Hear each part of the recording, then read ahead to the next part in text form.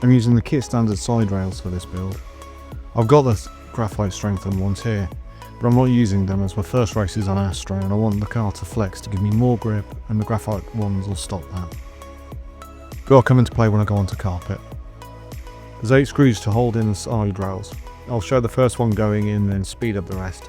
It'll be the same throughout this video. Time will be spent on the detail, repeated bits, like lots of screws, sped up or just jump past. We now have the side rails and battery posts on, which nicely moves us onto the chassis braces. Here you can see the screws missing from the chassis braces to give me more flex and more grip. I'm going to trim all this bit out. That means I can run a cable from one side of the car to the other without running up here, going past all the running gear of the car. So ESC goes here, I Dremel out this little bit just there, and then the cable slots through to the other side.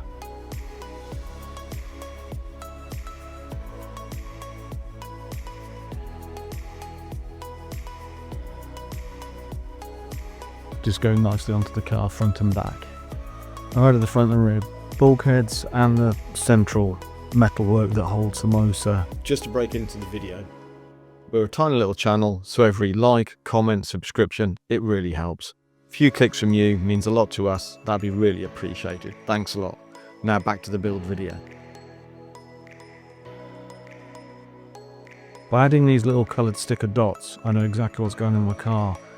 I use green for dry Astro, blue for wet Astro, red for carpet, and I know exactly what's going on in my car at any time just by having a quick look at it. I'm putting some 10k diff oil in here.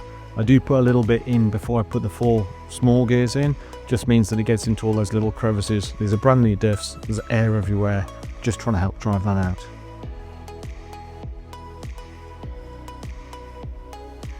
I then drop them into the vacuum pump, and this is again trying to get that air out, make sure the oil is getting into all those little nooks and crannies that exist within the diff, and also make sure I've got enough oil in the diff for when it's running.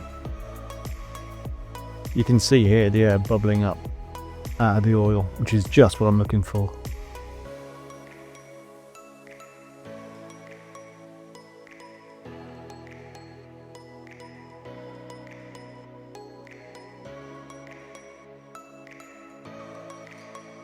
Using the kit bearings, just before they go in all the gearboxes, just like to use a little bit of this Shell bearing oil. I find it's really easy to just apply. It goes in nicely, it's got a nice pipette on it, and it's one of my favourites, to be honest. And I'll drop them into the gearbox.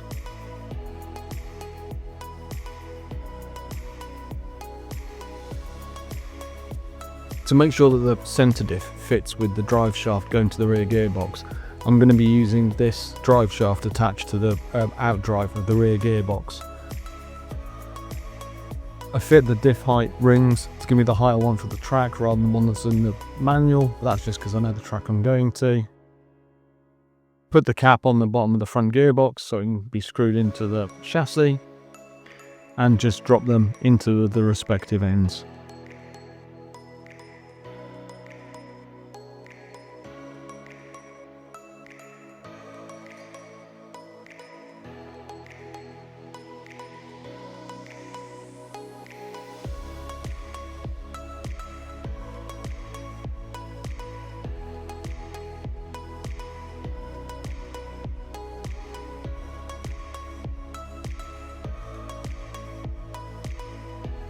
Oops, we got a runaway.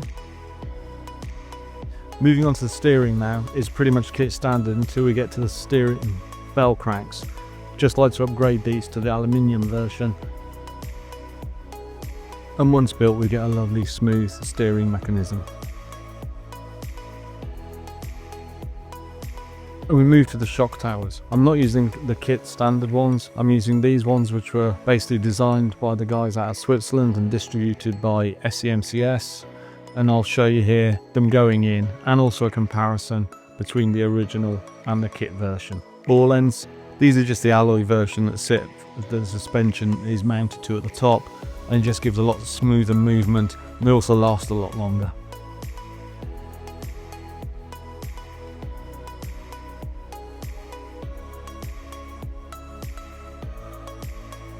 Here's the front shock towers side by side.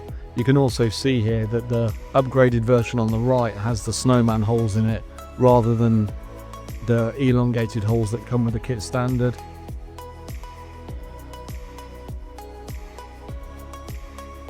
I bolt those onto the car. And the nice thing about the new towers is I don't have to use these collets, which I hate. Upgrades are coming thick and fast now. I'm going to replace these suspension mounting nuts, which plastic in the kit, which inevitably will fail on you at some point. And I just prefer to swap out to the metal ones. They come with a lovely little set of grooves cut into them. As I'm building the rear arms, just for the drive shaft going out to the axles, I'm going to use this MR33 joint lubrication oil. It's thicker than bearing oil, it goes in nicely, stays in there well, and doesn't attract too much dirt. Whoops, there goes the camera. Who wants to be a professional YouTuber anyway? I fit the D-blocks now onto the car, again using the steel screws rather than the titanium. I just find that they last longer and they're easily replaced because these will be in and out of the car all the time as I make adjustments while racing.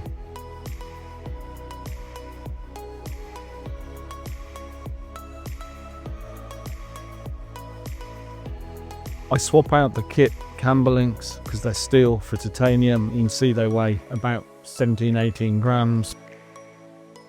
And these acrylic ones come in at about half of that.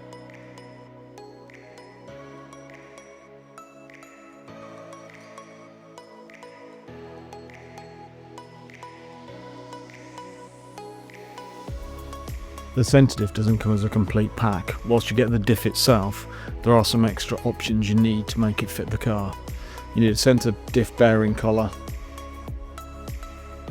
some additional bearings, and another centre dog bone that's different to the one that fits the slipper clutch. I usually find I have to shim out the diff a little bit to make it fit properly with the pinion.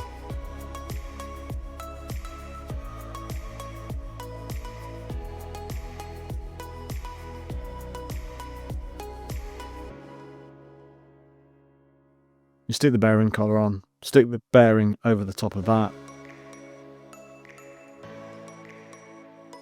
and then it's good to drop into the car. I always like to drop it into the car without the front dog bone in first, just to make sure everything's running smoothly. Just helps me find if there's any problems. For a comparison, you can see that the kit standard one to go with the slipper just isn't long enough. That's because the slipper is so much longer than the actual centre diff is. And likewise, if we were to swap it around the other way, you'd see it won't fit.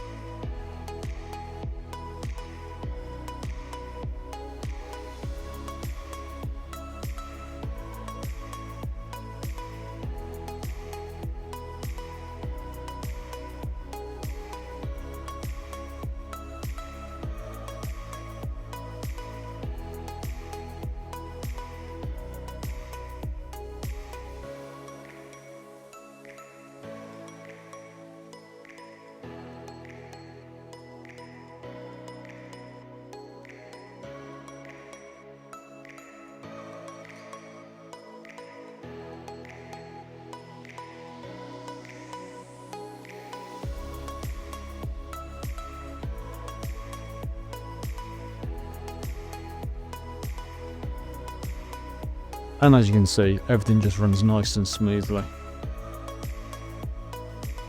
The brace that fits over the top has this really specific little notch in it that's been cut into the carbon. Just make sure you've got this lined up the right way before you start screwing it down.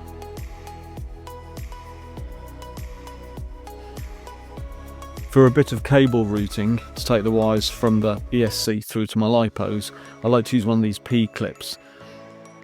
I just put a washer over one of the kit screws, that holds it down nicely, and then I'm going to feed the wires through later during that part of the build. The wires run from here, from the ESC, through the P-clip, and just straight down to the lipo. Like I did earlier with the steering mounts, I like to make sure I'm using a metal servo horn for the car.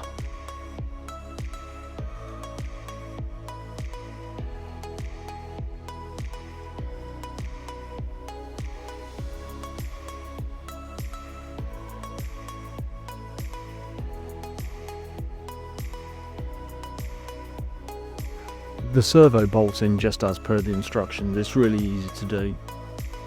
The one thing to be aware of is when you're looking at the trailing leg side, there's only one screw hole that gets used because you're mounting straight down through the top of it when you put the piece of carbon fibre in there. I don't know why they've drilled a little hole in it.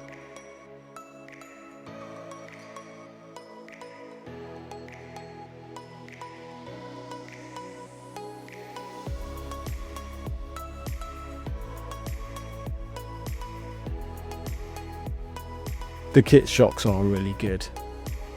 Straight out of the box there's no issues at all. However, there is opportunity to upgrade these here. I'm going to look at changing out the shock caps, putting in VRP pistons and the titanium coated shock shafts. Build starts just like the instructions have them. It's not a problem at all. Lots of fiddly little bits, lots of O-rings, lots of washers, lots of end caps, but they all go together pretty much straight as you would imagine.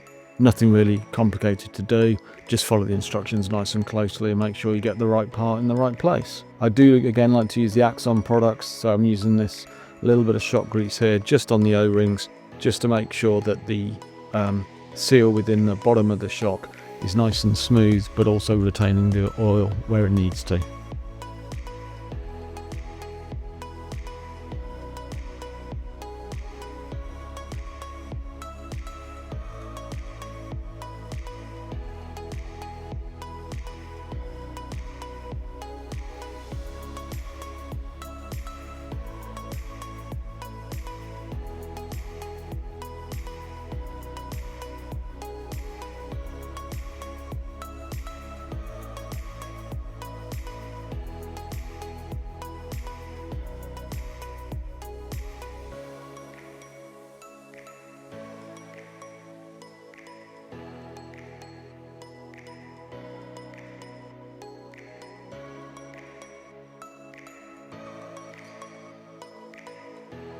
Now the VRP pistons are really good.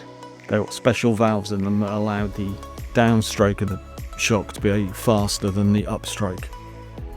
You've got all these little fiddly bits, however, they really do take a bit of time and effort to put together properly. You've got these flaps, you've then got the actual valve themselves, which are the coloured parts, and when it all comes together, it works brilliantly and gives far more speed across the ground because your wheels stay in contact with the ground for a lot longer. However, I do suggest using tweezers, not just to get them out of the bag, but also just for the actual build, because they're very fine, very small, and make sure you're using a piece of tissue paper or something that's clean and you can see all the parts on, just to make sure you don't lose any of them because they are tiny.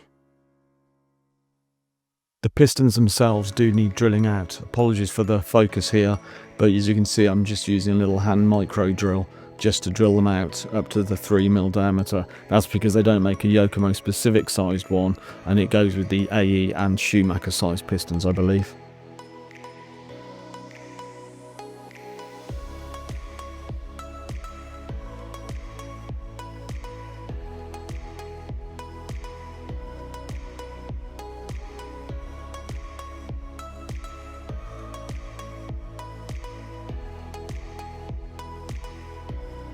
Here's where the tweezers really come into play. These parts are really fiddly. They don't always go in first time, and you need the hands of a surgeon to be able to do this at times.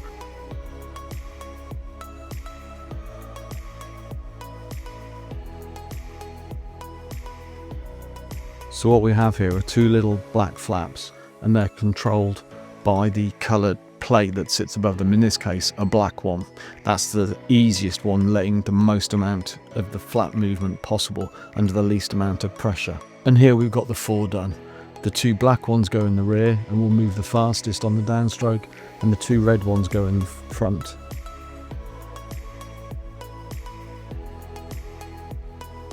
I'm just going to put a little bit of oil on each of the shock shafts.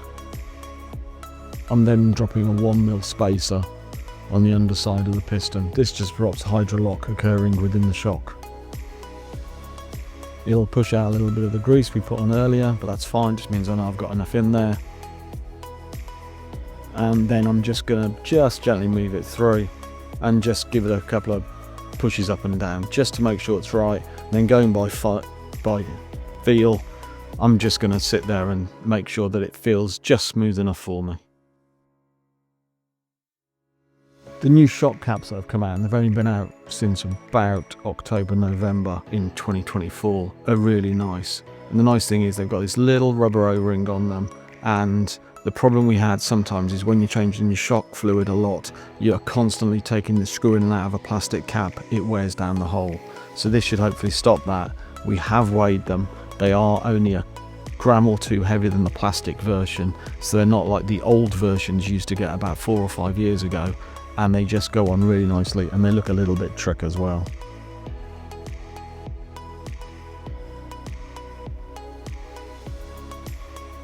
Just make sure you've got the right side of the shock bottom facing the right bit of the car. You want the flat side against the arm. A triangular file lets me put a little notch in the spring retainer, and that means I know exactly what is happening when I go to turn the thread on it and how many times I've gone round. For this build I'm using Schumacher 13mm springs. I found they were very successful for me last year, and I'll start out with those. You will need this little shock bottom that comes from Schumacher so they can fit our shocks, because we don't have a piece in the kit that will fit to hold the shock on at the bottom.